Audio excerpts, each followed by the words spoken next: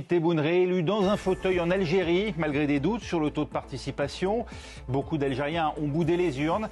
L'enjeu maintenant, c'est de savoir la place qu'occupera l'Algérie sur la scène régionale alors que les tensions s'exacerbent avec ses voisins. Et puis la France, elle referme sa parenthèse enchantée. Un été jalonné par les Jeux Olympiques avec à la clé une moisson de médailles, mais aussi une facture de quelques 9 milliards d'euros. Pas facile à digérer à l'heure de redescendre sur Terre avec une cure d'austérité qui semble bel et bien se profiler. C'est tout de suite l'essentiel. On va plus loin.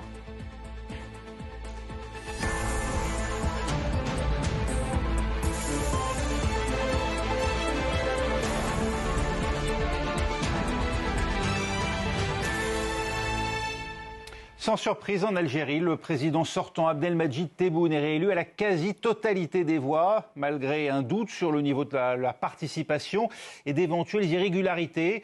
Il semble que moins d'un quart du corps électoral se soit rendu aux urnes, signe d'une désaffection après le mouvement de révolte du Hirak, et alors qu'Alger apparaît de plus en plus isolé sur la scène régionale. Florent Rodeau.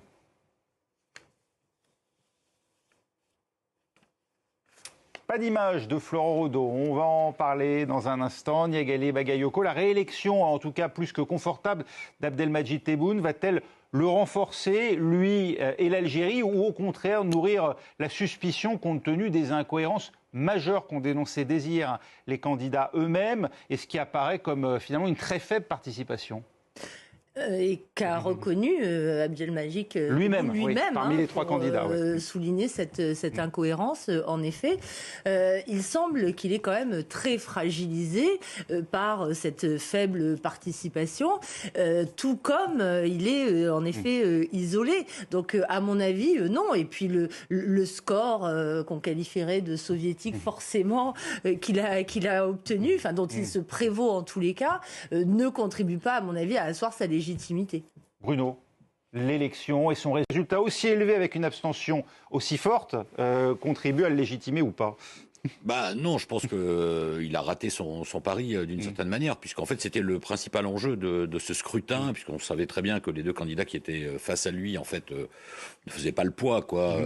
Face à la machine, même si officiellement il est indépendant, mais on savait que derrière lui il y avait le FLN, un parti islamiste important notamment, enfin plus l'armée, voilà. Donc en fait l'enjeu pour lui c'était que la participation soit importante pour qu'il ait un semblant de relégitimation après le scrutin de décembre 2019 où la participation n'avait pas dépassé les 40%. Il avait été élu avec un score moins soviétique, 58%. Avec plus de participants. Voilà, là il lui fallait un meilleur score. Alors c'est peut-être pour ça qu'il y a eu ce drôle de chiffre qui a été annoncé dans un premier temps avec un calcul dans les 58 wilayas. Donc, une moyenne des participations régionales. Une moyenne des participations, enfin difficile à comprendre. On arrivait à 48% de participation, ce qui était un chiffre supérieur aux 40% de 2019. Je pense que c'est... En réalité, on est entre 20 et 25. Voilà, c'était ça le message qu'on voulait faire passer du côté de l'entourage, en tout cas peut-être de M. Tebboune. Mais la réalité, les faits et les chiffres sont têtus. Quand vous avez 24 millions d'inscrits et même pas 6 millions de votants, et ben vous arrivez à 23-24%. De participation. Et voilà. Donc c'est un très mauvais résultat en fait pour lui, malgré ses 94,65% de suffrages exprimés. Et alors même que l'Algérie donc est dans une situation aujourd'hui d'opposition, on peut le dire, avec un certain nombre de ses voisins. On va voir à présent les images commentées par Florent Rodeau.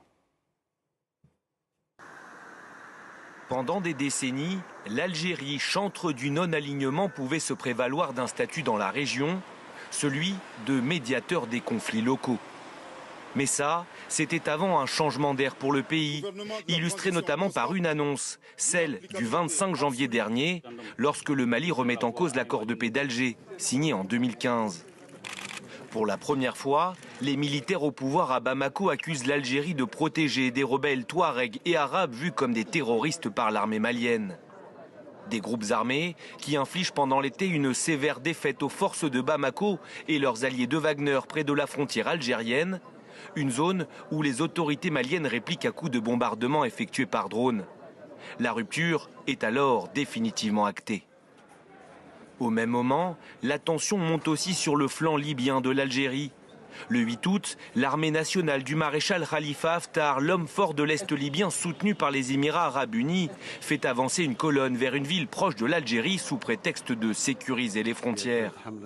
Colère immédiate du président algérien Abdelmajid Tebboune, qui, sans nommer directement le maréchal Haftar, prévient « Alger ne restera pas les bras croisés si ses intérêts et sa sécurité nationale sont menacés ».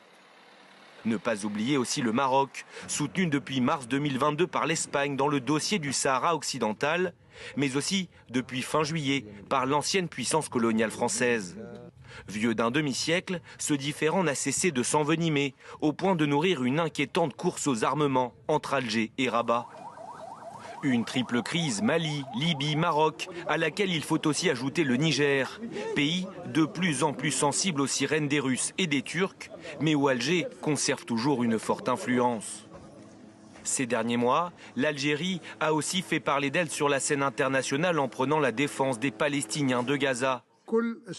Fin mai, elle propose notamment une résolution de cessez-le-feu à l'ONU, sans que cette dernière aboutisse.